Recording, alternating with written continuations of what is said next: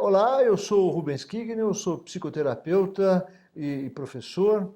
E hoje na nossa série de diálogos eu estou aqui junto com meu colega, amigo de muitos anos, José Alberto Cota, doutor em psicologia pela Universidade de São Paulo e que está desenvolvendo uma tese de pós-doutorado com o tema de o desterro humano. Então, hoje nós vamos estar aqui conversando sobre essa questão do desterro humano, que o Zé está trazendo para a gente aqui, o José Cota, né, está trazendo para a gente aqui.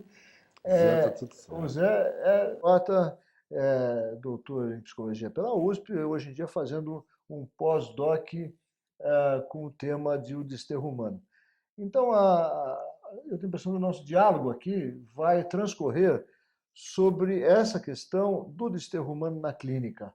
Vamos ver quais são as associações que a gente pode fazer na clínica e vamos ver também o que o José está querendo nos contar sobre o desterro humano. E aí a gente vai conversando.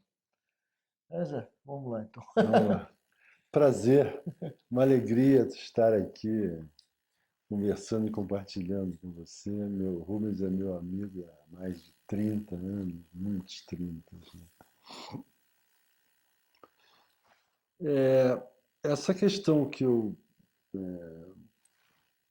chamo de desterro humano, né, que é o tema central da minha pesquisa, eu, ela foi inspirada tanto na clínica, né, a partir da clínica, mas também eu faço um diálogo com a literatura do escritor húngaro Imre Kertész, Prêmio Nobel de 2002, recentemente falecido, em março passado.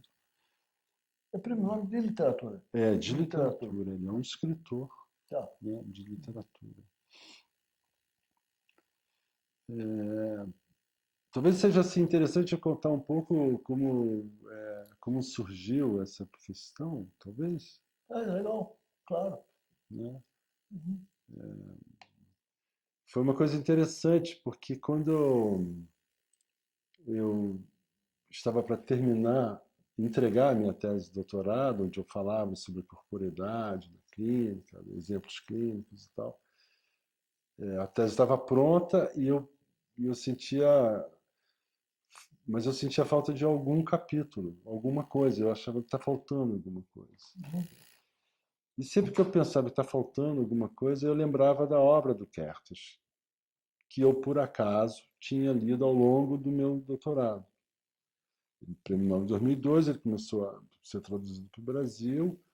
Eu li um primeiro livro dele, que chama-se A Bandeira Inglesa, e eu achei que cara diferente, que escritor diferente.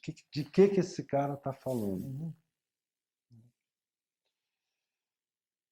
E aí, sempre que eu senti que faltava alguma coisa, eu não sabia o quê, porque eu já tinha feito todos os capítulos da tese, eu lembrava dele e eu dizia, mas o que tem a ver? Ele escreve sobre literatura.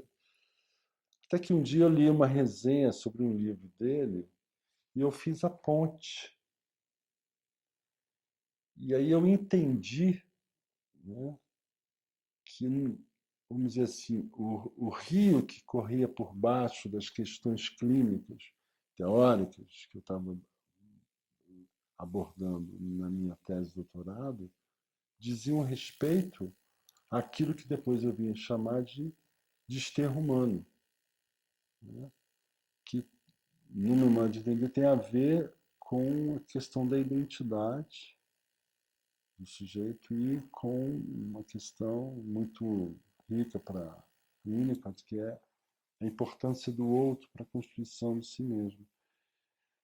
Aí o que eu me dei conta foi o seguinte, assim, esse cara já falava na literatura, pelo viés da literatura, dessa questão do desterro humano e dessa questão, dessa pergunta tão frequente na clínica, que é quem sou eu?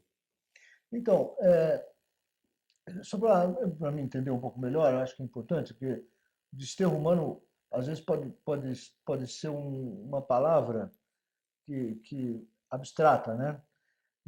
é mais próximo da noção de exílio, de fora da Terra, de não pertencer à De não Terra, estar na Terra, de então, não não estar na estar Terra. no seu próprio território. É, Então, seria, quer dizer, uma condição humana de você não estar em si mesmo, estar isso, fora de si.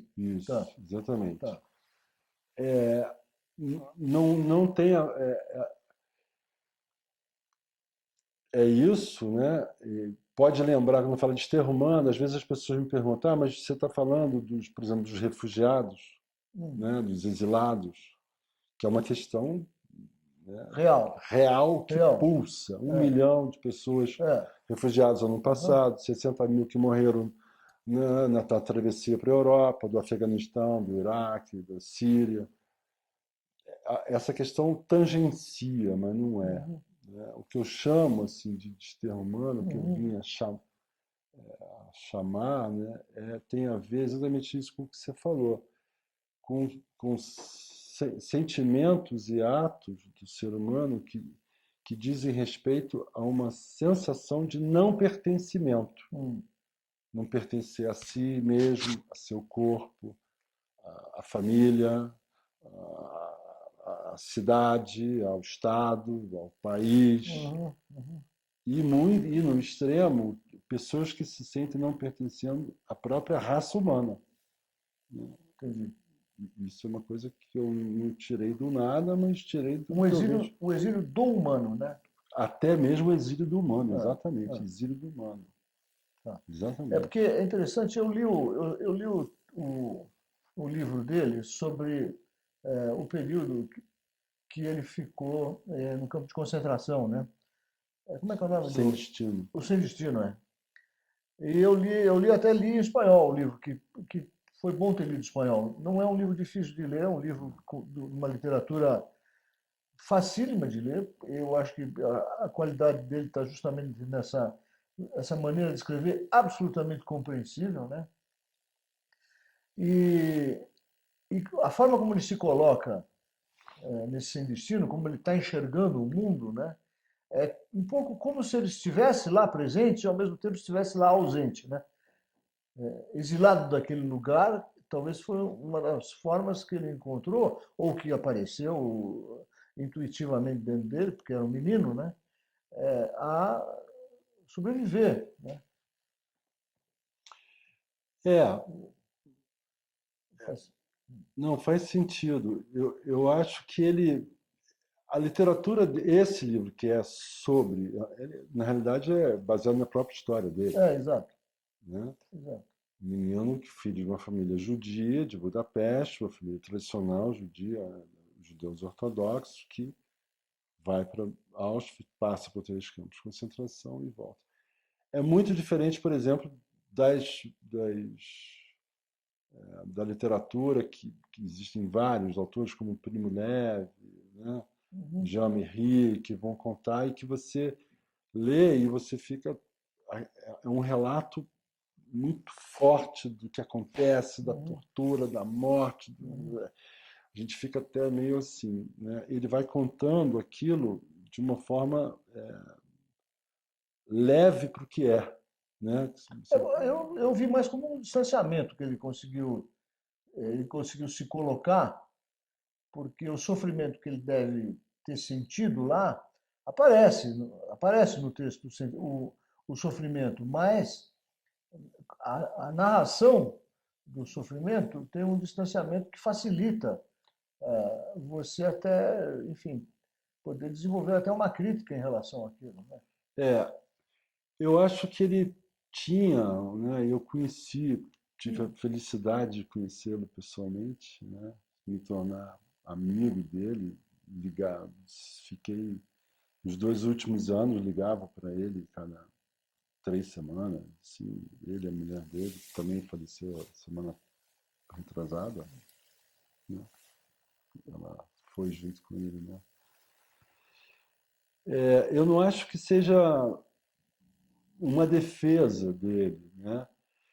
Ele vai, essa questão do destino humano, né, é uma questão que ele se pergunta o tempo inteiro, né? é quase, ele vai entrando, né, é como se, eu acho que ele coloca uma questão assim, o quanto que a gente pode de fato, dono do nosso destino.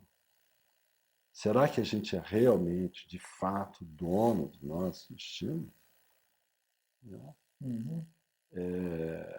De alguma forma, ele coloca essa questão e, de alguma forma, ele diz: não somos donos do nosso destino. Nosso destino, né? Você vai caminhando e você tem muito pouca possibilidade de mudar aquela situação ali, Uhum. né? Uhum. Por exemplo. Né? Uhum. E, e essa questão e é muito interessante, né, porque ele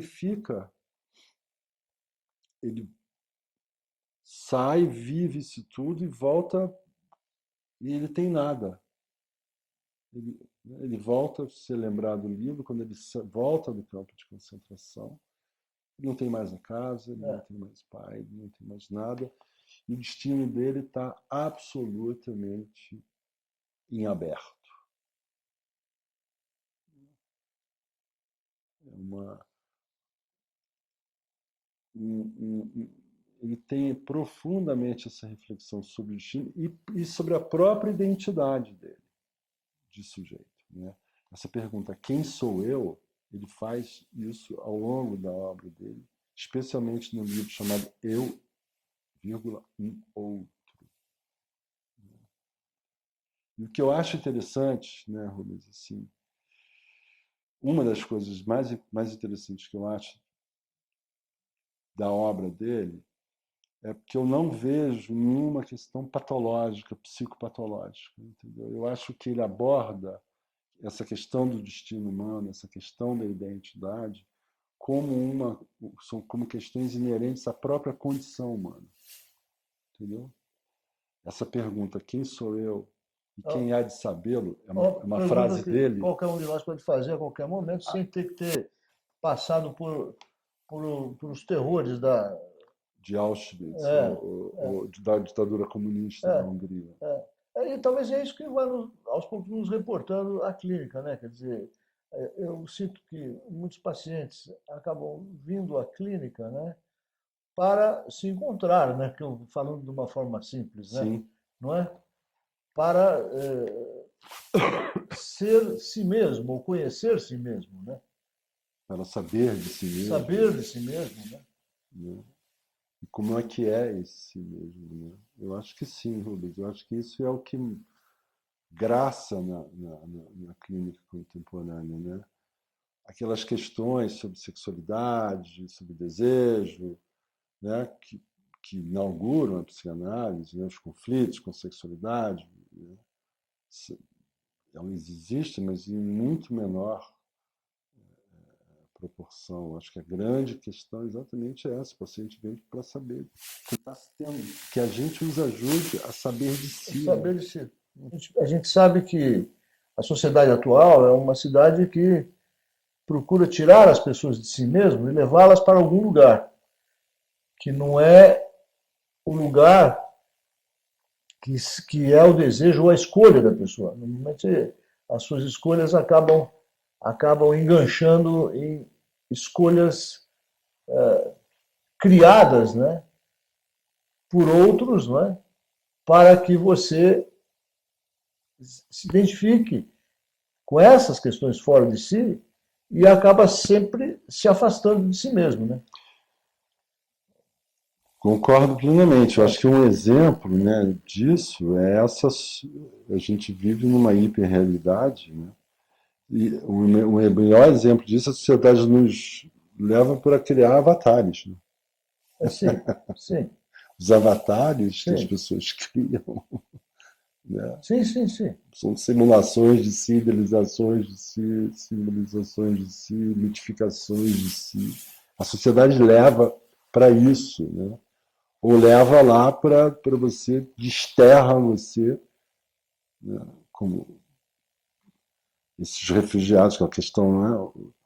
Eu estava vendo um documentário ontem na televisão, sobre os refugiados sírios, sobre a guerra síria, né?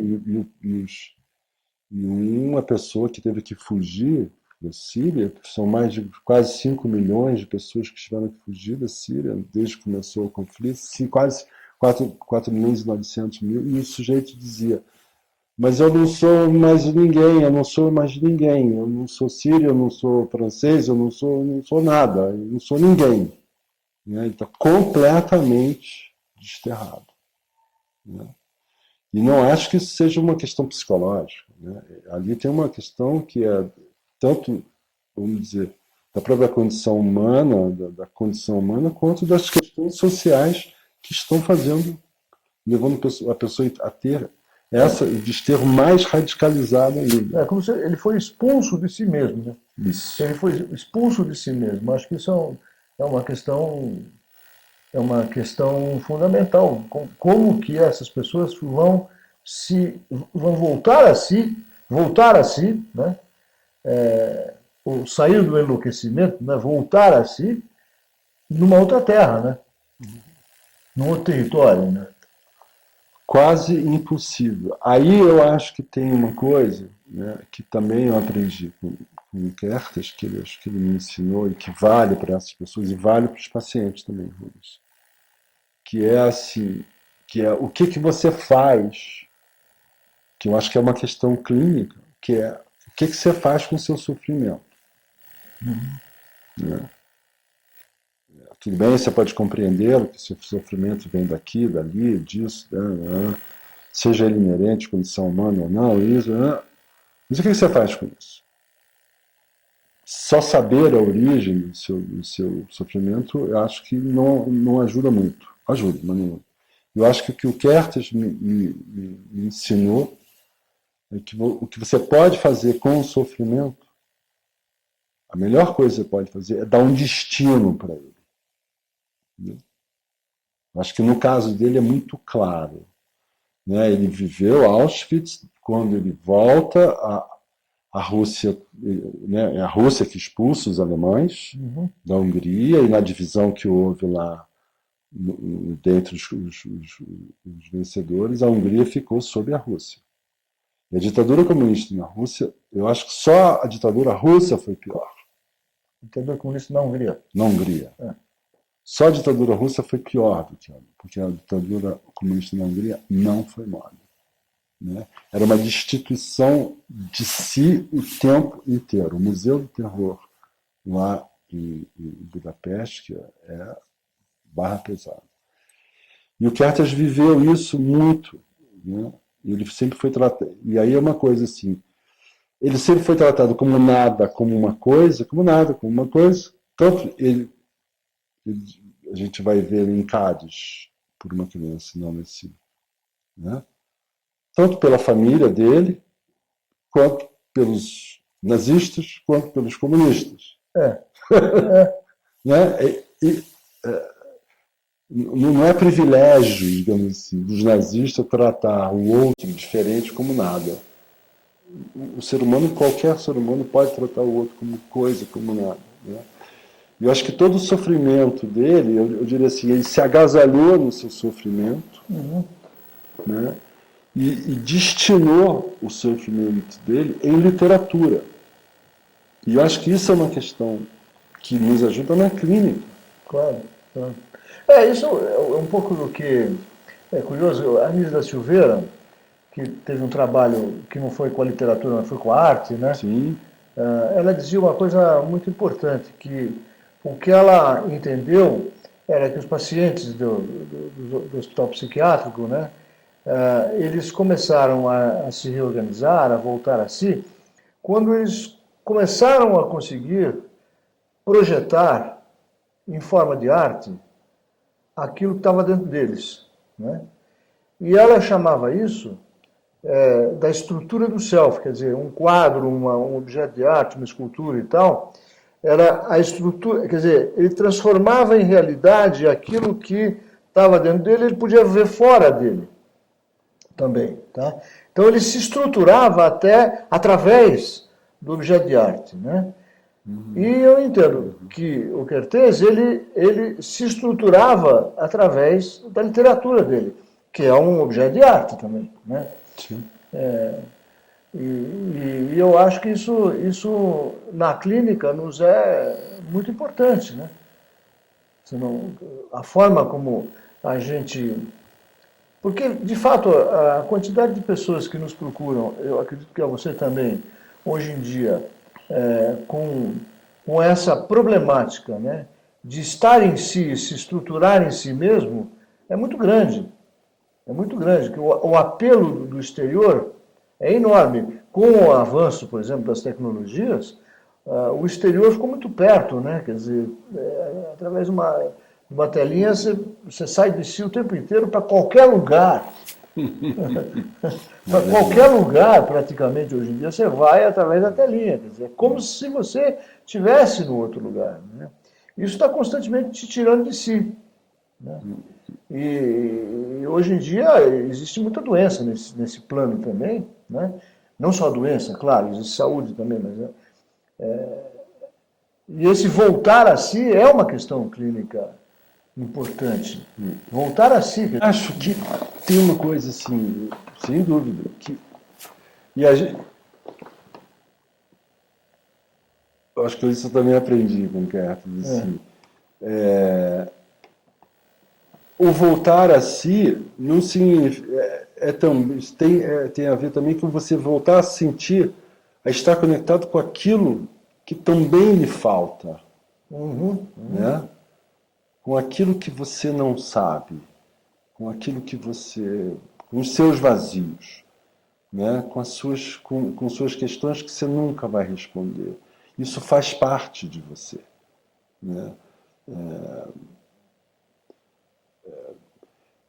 Tem num artigo que eu escrevi, eu digo assim que o Kertész, ele responde 400 e tantos anos depois a pergunta de Shakespeare: ser ou não ser? Eis a questão. Essa pergunta tem 400 e tantos anos. Eu acho que o Kertész responde, ele diz: ser e não ser. Porque o não ser é parte do ser. Entendeu? Aquilo que não se é, também é si mesmo. Sabe? Claro, perfeitamente claro isso. É uma integração, quer dizer, você integra na sua identidade aquilo que é e aquilo que não é também. Você integra na sua identidade.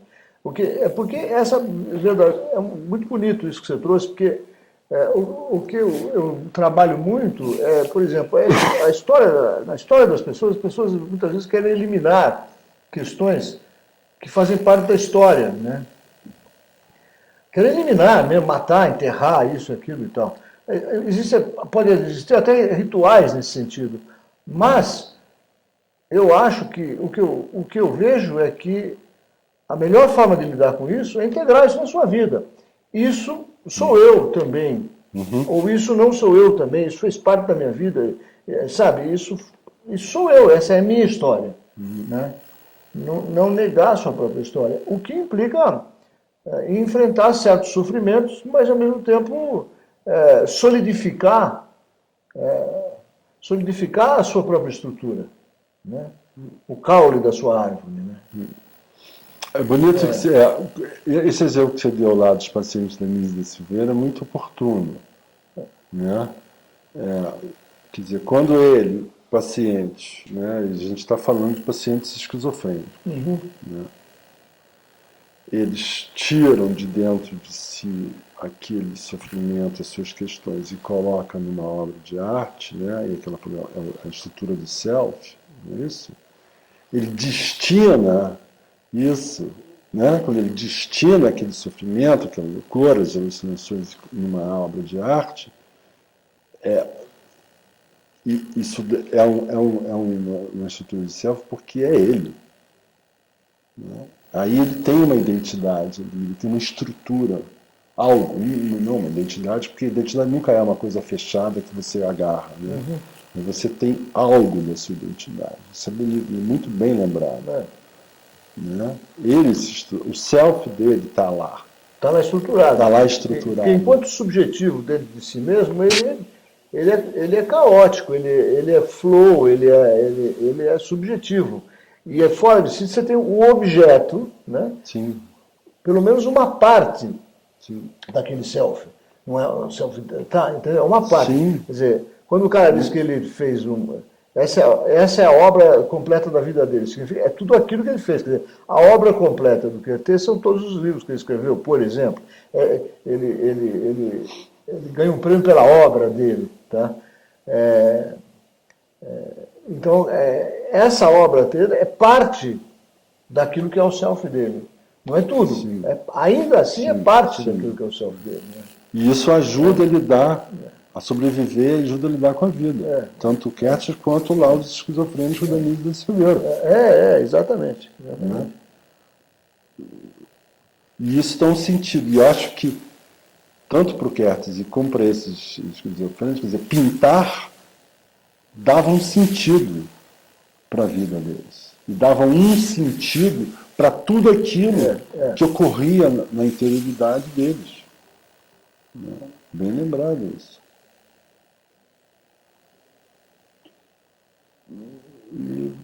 E a gente vai ter N exemplos clínicos disso. Né?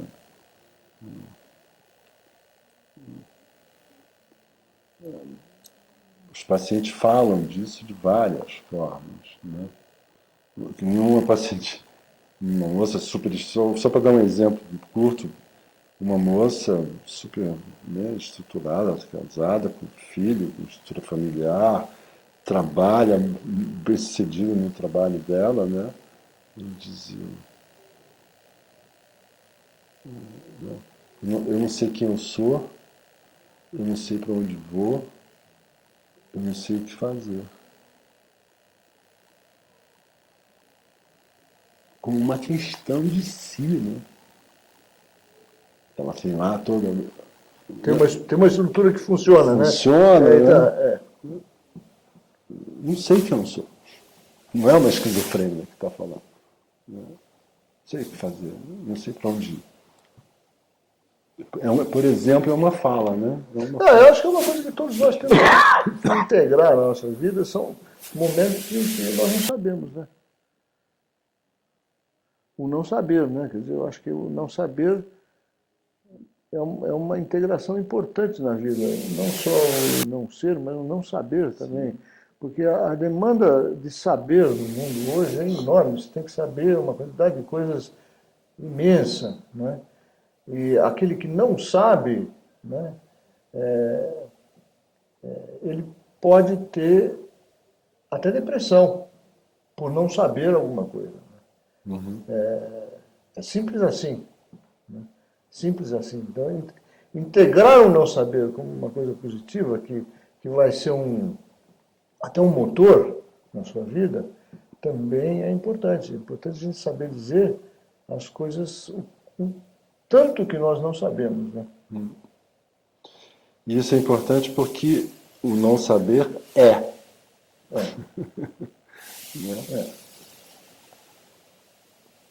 Isso é. Não sei. E aí uma das demandas clínicas também que me aparecem muito é a necessidade das pessoas de que o terapeuta ele saiba as coisas que eles não sabem, né? E aí muitas vezes existe uma demanda constante, né? E aí, você vai definir isso ou não vai? São questões muito profundas, né? Sim. E evidentemente que tem coisas que a profissão nos leva a saber. E tem coisas que só a relação nos levará a saber. É um super prazer estar com você aqui. Você é uma pessoa muito querida e importante na minha história de vida afetiva e profissional. Obrigado, Rubens. Obrigado por essa conversa. Meu irmão, né, de profissão e de coração. Legal, vamos nessa. Vamos nessa.